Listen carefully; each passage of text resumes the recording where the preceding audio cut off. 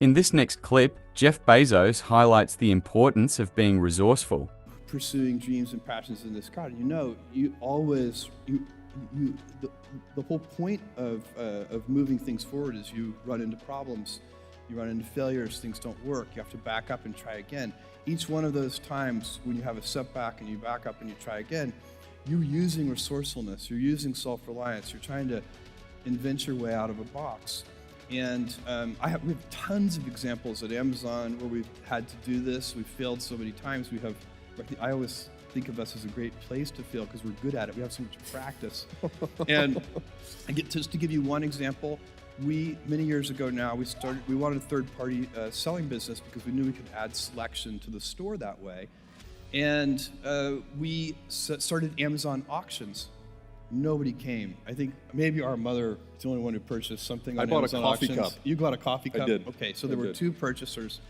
And then we said, well, what can we do? We opened this thing called Z Shops, which was like fixed price auctions. Again, nobody came. I didn't use that. And then finally, and each one of these failures is like a year and a half long. And so we're trying to invent new things. And we finally came across this idea of putting the third-party selection on the same detail pages, the same product detail pages that we had our own inventory on, our own retail inventory on. We called this marketplace, and it started working right away. And so that resourcefulness of trying new things, figuring things out, what do customers really want, it pays off in everything. And it pays off even in your daily lives. How do you help your children? What's the right thing? My wife has a great saying. We let our kids use, even now they're 17 through 12, but even when they were 4, we would let them use sharp knives. And by the time they were, maybe 7 or 8, we would let them use certain power tools. And my wife, much to her credit, she has this great saying. She says, I would much rather have a kid with 9 fingers than a resourceless kid. Which I just think is a fantastic attitude about life. In this next clip, Jeff Bezos talks about why he left his amazing job to start Amazon. He talks about the importance of having no regrets. What was it? I did do a lot of soul searching. I went to my boss at the time, and I really liked my job. And I told my boss I was going to go do this thing, start an internet bookstore. And my wife I'd already told my wife, and she's like, "Great, let's go." And I said to my boss, I was going to do this. He's like, "This is a good idea." He said, "I think this is a good idea, but it would be an even better idea for somebody who didn't already have a good job." And that sort of made some logical sense to me, and he convinced me to think about it for a couple of days. So I went away. I was really trying to get my head around how to think about this. And I think, for me, the right way to make that kind of very personal decision, because those decisions are personal. They're not like data-driven business decisions. They are, what does your heart say? And for me, the best way to think about it was to project myself forward to age 80 and say, look, when I'm 80 years old, I want to have minimized the number of regrets that I have. I don't want to be 80 years old in a quiet moment of reflection, thinking back over my life and cataloging a bunch of major regrets. And I think that regrets, our biggest regrets, in most cases, you can murder somebody, okay, you'd regret that. But in most cases, our biggest regrets turn out to be acts of omission. It's paths not taken, and they haunt us. We wonder, what would have happened? I loved that person, and I never told him. And then they married somebody else. I didn't do this.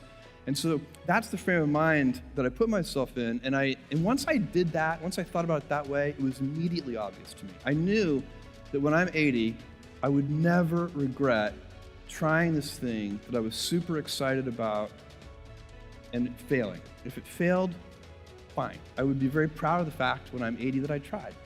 And I also knew that it would always haunt me if I didn't try. And so that would be a regret. It would be a 100% chance of a regret if I didn't try, and basically a 0% chance of regret if I tried and failed. So I think that's a useful metric for any important life decision. In this last clip, Bezos talks about why he does not believe in the term work-life balance. He believes that both work and family work in harmony. Time and effort you put into Amazon and the Washington Post and Blue Origin, and I also happen to know that you're a devoted husband and beloved father with your kids. You have a fantastic relationship. The Bezoses have a lot of kids. He has 4, I have 4, our sister has 3. Yeah. We're making sure that the population doesn't go down. We need to go into space. Yeah. Well, one of the questions I have is, how do you go about establishing that work-life balance that everybody, talks about and thinks about? You live a big life, right? And how do you I get this question a lot. I get it. I teach senior executive kind of leadership classes at Amazon for our most senior execs, and I also teach, or not teach, but I also speak to interns, so kind of all across the spectrum. And I get this question about work-life balance all the time from both ends of the spectrum. And my view is I don't even like the phrase work-life balance. I think it's misleading. I like the phrase work-life harmony, because I know that if I am energized at work, happy at work, feeling like I'm adding value, part of a team, whatever energizes you, that makes me better at home. It makes me a better husband, a better father, and likewise, if I'm happy at home, it makes me a better employee, a better boss, all the things. It's not primarily about, there may be crunch periods where it's about the number of hours in the week, but that's not the real thing. Usually it's about, do you have energy? And is your work depriving you of energy, or is your work generating energy for you? And there are people, everybody in this room knows people who fall into these 2 camps. You're in a meeting and the person comes in the room. Some people come into the meeting and they add energy to the meeting. Other people come into the meeting and the whole meeting just deflates. And those people they drain energy from the meeting. And you have to decide which of those kinds of people you're going to be. Are you going to add energy? And the same thing at home. And the same thing at home. And it's a wheel, it's a cycle, it's a flywheel, it's a circle. It's not a balance.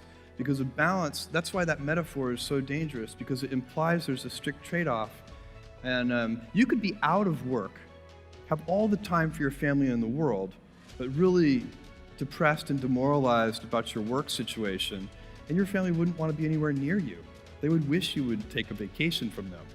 And so it's not about the number of hours, not primarily. I suppose if you went crazy with 100 hours a week or something, yeah, that maybe there are limits, and they probably. But I've never had a problem, and I think it's because both sides of my life give me energy, and that's what I would recommend. And that's what I do recommend to interns and execs.